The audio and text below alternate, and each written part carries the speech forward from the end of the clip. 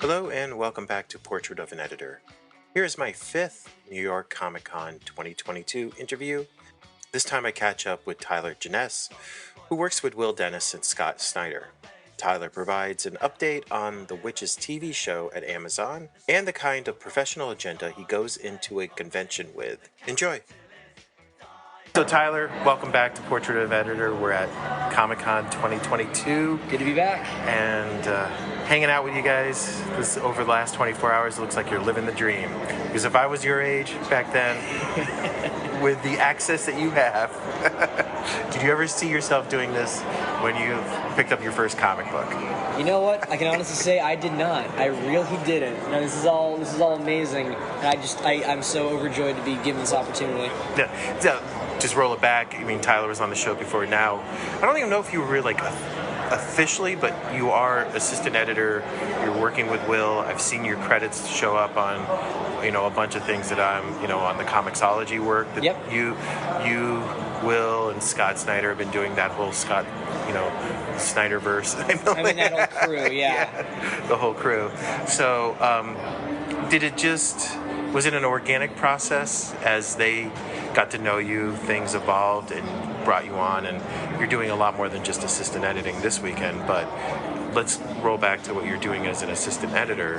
Has it evolved since we last talked, a year plus ago? I think it has, yeah. So a year plus ago I was working on, Nocterra and stuff. I think maybe we were working a little bit on We Have Demons and the first wave of the Comixology originals with Scott. But now it's a lot more day-to-day of Scott and I will be talking about, all right, so this story for, Book of Evil #1, let's iron out these story beats, and I'll be like, dude, this sounds good, and I'll give some feedback, and that'll be reflected in the script. So, I'm glad to say that I get to have a direct input in the actual stories and, help out make it the best story possible. So on top of being a sounding board, was there anything else, like a big evolution of what you're allowed to see or invited into in the process? Well, I don't know if this was a thing I was doing last time we talked, but over the last year we were doing the stuff for the Witches TV show. Yeah. That Scott was working on. You weren't allowed to talk about it, I think. Yeah, now I can talk a little more because we're going to hear about that at the time of recording. We're going to hear about that in maybe a couple of weeks if we got the green light or no. So fingers crossed we got it. But yeah, it's been a wild experience. I was in the writers' room with Scott. He was the showrunner for the show, which was wild for all of us, and it was a great experience. I got to be in the writers' room when they were writing the episodes. We wrote a couple episodes, and we presented that along with a format doc and something like that stuff.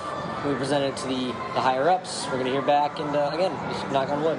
You wrote all the episodes, and because usually the show goes right into production, but now the way things have evolved, and it's also animation, so it is animated. Yeah, it'll be another year if they okay it. But yeah, usually the scripts are written, and then they'll do the voice. If you guys get the green light, they'll end up going to casting and voice performances. Into production.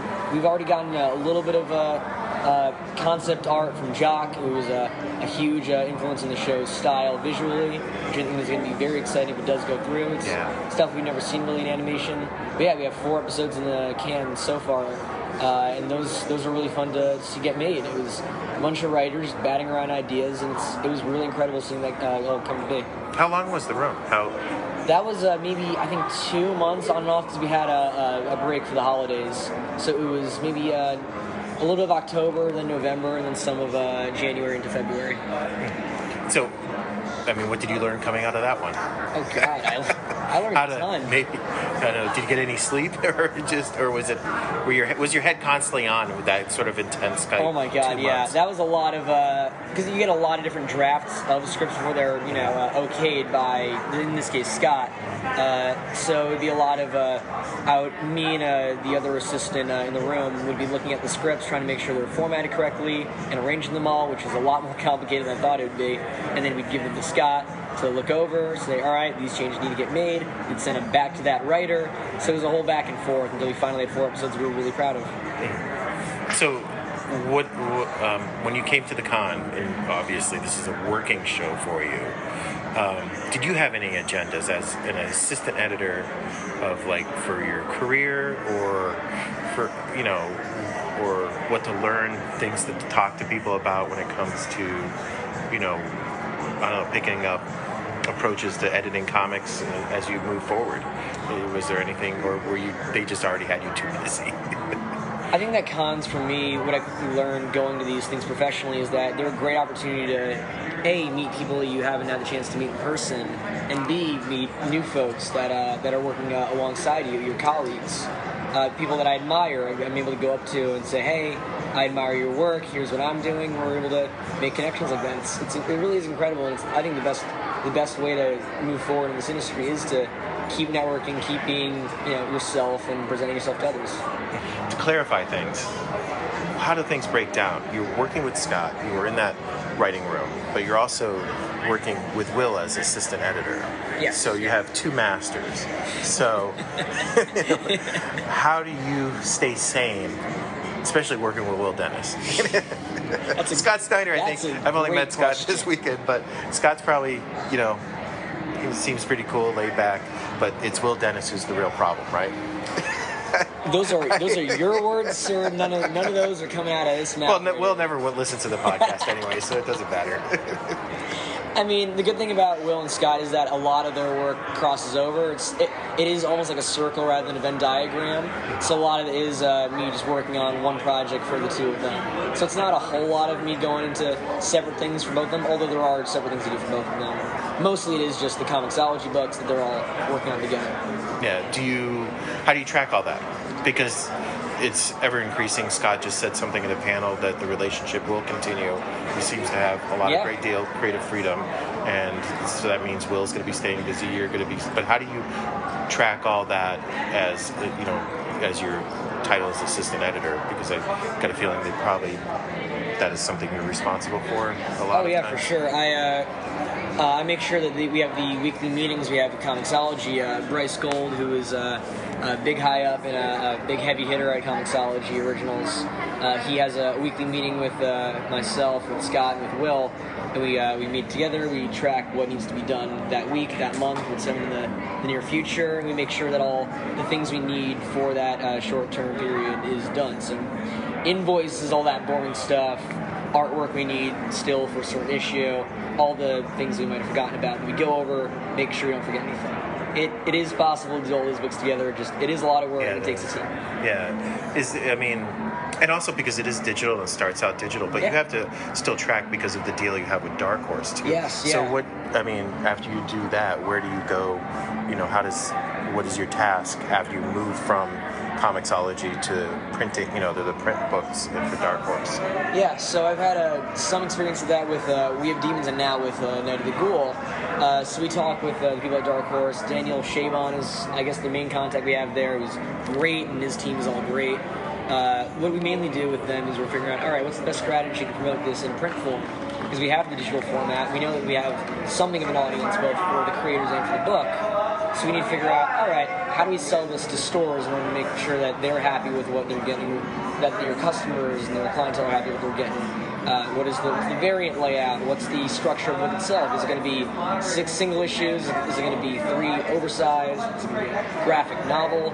So it's all dependent on the book and what suits the story the best. Oh, so you guys, when's that decision made? Is that after the initial publication of what format? Because when Will was talking about that, he was really happy with the additional material that's occurring in the Dark Horse.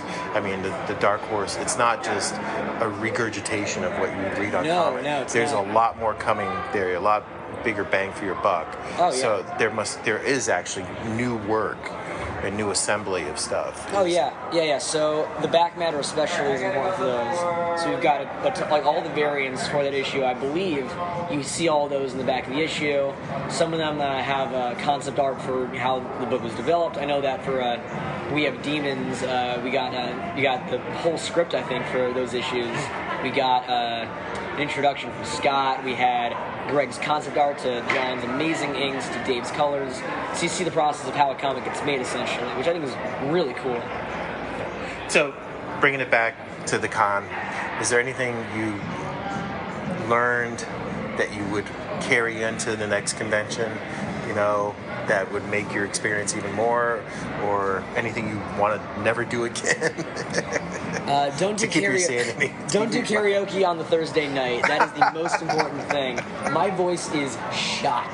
Yeah, and it's only 1 o'clock in the afternoon on a Saturday. It's going to be a rough weekend, but we're going to get through it. But the serious answer, just knowing the layout of the actual convention, knowing how busy it's going to get, and preparing in advance with your teams, if it's with Comixology or if it's with Comic Sketch Art, collaborating with those people and making sure that everyone knows what's going on, everyone knows the schedule. Just communication is so essential for these conventions, and I'm still working on perfecting that, and knock on wood, I'm going to get better as I keep going. Awesome. Well, I'll let you get back to work, and thank you very much. Thanks, Francis.